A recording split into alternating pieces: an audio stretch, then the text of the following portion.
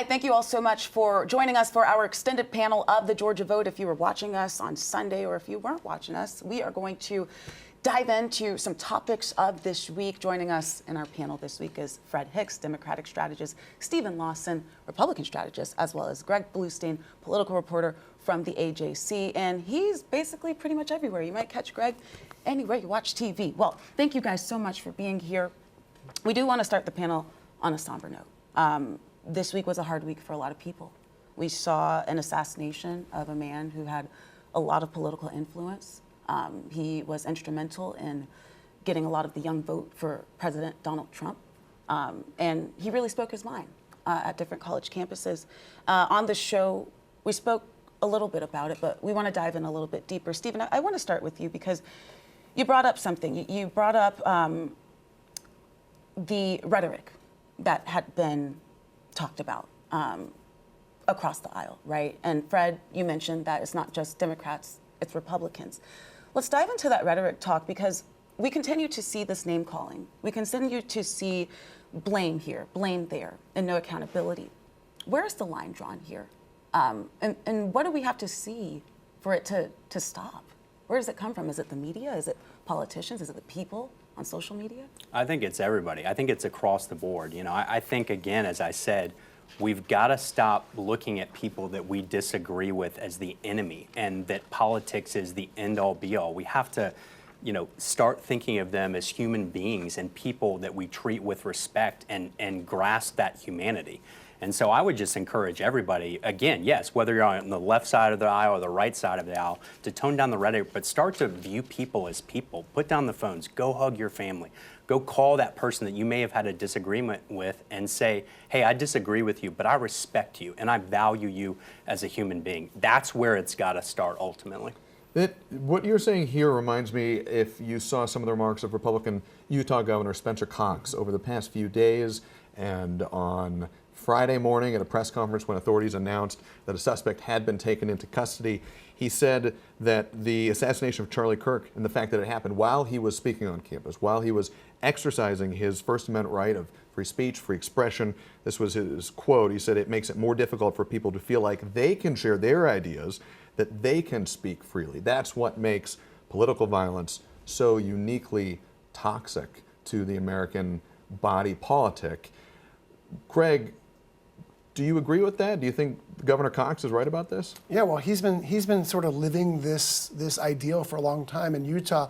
His entire approach has been we need to work together. And this is a very red state that's dominated by Republicans. I think their entire congressional delegation's Republican. They have huge majorities in their legislature. But also has a streak of more centrist Republicans, too. This is the land of Senator Mike Lee and also Senator Mitt Romney. Mitt Romney. And so he's been saying all along, we've got to work with Democrats, even though they're in the minority. We've got to work with those centrist Republicans, even if the MAGA strain is dominant right now. And also we're hearing from voices like his saying that it's not just the people who have these megaphones, who have these platforms that should be saying this. It's everyone. It's your viewers, your listeners, because all of us have the potential to reach millions of people nowadays through social media and other means. And the question is, I feel like political violence in America has been going on for a very long time, right? There have been assassinations, obviously a disgusting time during the civil rights movement, from the Oklahoma bombings to, I mean, the list goes on and on, even in modern history, right? Does it stop, Fred? Is there a pathway for it to stop? Does it take the president? Does it take all of his counsel? Does it take the past presidents? Or does it just take the people? So, unfortunately, violence has been a part of really the political arena going back to Julius Caesar, right? So for thousands of years, and then in the United States with President McKinley being assassinated and Ronald Reagan, there was an assassination attempt on his life. So that is part of there, but what we can control, I think, is the frequency and how we respond to it, which is more important than anything else. So I was very disappointed to see the president take the attack that he did and the immediate aftermath of blaming the radical left, the radical leftists. And that is not helping. As a matter of fact, that is actually pushing people. And I went through the comments, and it was really disappointing as an American. Because the thing is, after 9/11, and usually after tragedies, the one thing that makes America, that has made America different than many other places, is that after a tragedy, we come together, and that togetherness is is led by the president. And unfortunately, right now, the president really profits off of this sort of political division, and that is really a problem. I mean, Democrats and Republicans are profiting off of political Well, both division at are, this but he's the point. president. He has the biggest microphone and megaphone of all. And if there's one who can call it together, and because of the approach that he's taken in his politics, if he were to break away from that and say, hey, let's dial this down, let's dial it back, and let's come together, then that would be a huge signal to both So you sides. don't think it's going to happen? He's going to have to take the lead on that, so that's up to the president. Stephen, your thoughts?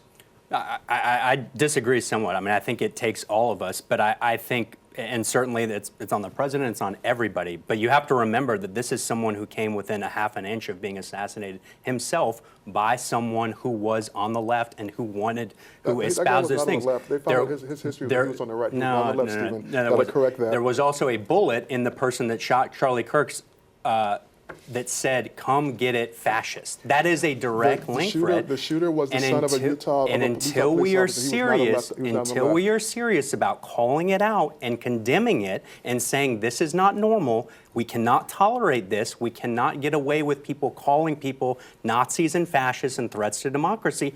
It's going to continue, and we've got to be serious about it. It also starts by being very truthful, and that was not truthful what you just said there about the person there and what happened before. That is part of the problem. Again, the shooter last year was found going through his social media to be on the right. This young person, his father was a Utah police officer. They were on the right. That was not. So why did he shoot the president of the United States? I have no idea why he did that. Once again, I have no idea because maybe it wasn't about the ideology. It wasn't about leftists or rightists. But we have to start by being truthful. Well, once again, and speaking of truth, because journalists try to hold truth to power, Greg, let's bring you in here and just get your point of view from the outside looking in. And I don't mean to be disrespectful to either of you. It's a very emotional week, and it's very heightened. What are you saying? And we can see how raw it is just from this discussion about the suspected gunman. But listen, I mean, we've also seen really valid and noble attempts to de-escalate all this talk right now.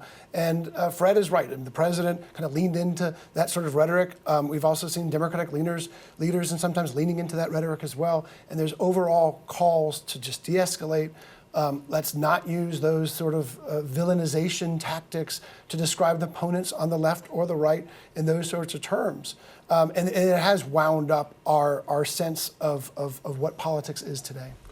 This has, and we want to be clear here too, new information is continuing to come out, particularly in the wake of this assassination of Charlie Kirk. So when we're talking about the motive and the details coming out of the investigation, information is still coming out. I want to be really clear, according to what Governor Spencer Cox said. I mean, Stephen, what you referenced, the engraving on one of the shell casings, that is what Governor Spencer Cox said was found. And again, we have to put this all under the umbrella that an investigation is early. The governor was asked directly by a reporter, hey, has the suspect said what his motive was? And the governor said, hey, I can't speak directly to that right now. Things are early. It can sometimes feel cliche to get together on a Sunday morning show and talk about we've got to come together, we've got to lower the temperature, we've got to be better.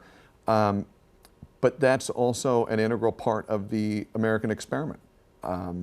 It is what we do on this show, too. This is a place where thoughtful people come who respect each other, and we, see disagreement sometimes, but it, I think, helps us all better understand something. So I want to put this under that lens, this question to everyone here. I had a conversation with somebody earlier today who's in the political space, and we were talking about how do you take the temperature down while also juggling this push-pull of wanting to win elections. The kinds of messaging, the kinds of speechifying, the kinds of things that are said that can tilt towards inspiring somebody to do something really twisted can sometimes be a thin line away from also inspiring people to be passionate, be excited, register to vote, cast a ballot. For people who are in professional politics, how do you straddle that line in a healthy way? Well, so sort of go philosophical first and then kind of get on to the practical. I think there's a reason why the First Amendment is the First Amendment, right? The freedom of speech, which was rooted in the French philosopher Voltaire, is saying that I might not defend, basically I don't have to agree with what you say, but I'll defend to the death your right to say it, is really, really important. I think that you can start this conversation, and with my clients I generally do start this conversation with understanding that everyone wants the same things, right? They want to be safe, they want to do well, they want their children to do better than they did, right? And so with that, then how we approach our opponents really is really fueled by that. But there is, I mean, there's winning that at all- tension. I think the general thing is that you can't be willing to win at all costs. And one of the things that I really loved about Senator John McCain in that race in 2012 against Obama, when they were doing all these kinds of really nasty ads against him, and he said, you know what, he's a fine man and I'm not going to participate in that.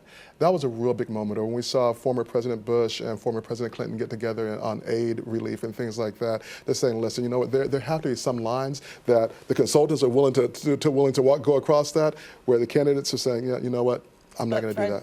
Realistically, some people will look at that and say, McCain lost, right, Stephen? Well, I mean, that's Fred's example. What I would say is that I think at the end of the day, because we have become so polarized, I think people increasingly politically see through the name calling and the negative ads. At the end of the day, sure, can you get a sugar high as a candidate from that? Yeah, absolutely. But campaigns are won on candidates and ideas. And when you put forward those concrete ideas and talk about solutions to the problems that we are dealing with, ultimately that's what's going to break through the clutter, and that's what's going to win elections. But can those ideas also kind of toe that line? I think some people are concerned about. Yeah, I think if they're done, if they're done in the right way. I think in this state we've seen that with Raphael Warnock. We've seen it with Brian Kemp. I mean, you've seen that. You saw it with Donald Trump. You saw it with Joe Biden. I mean, the ideas that those candidates ran on ultimately, and their character, that's what won the day.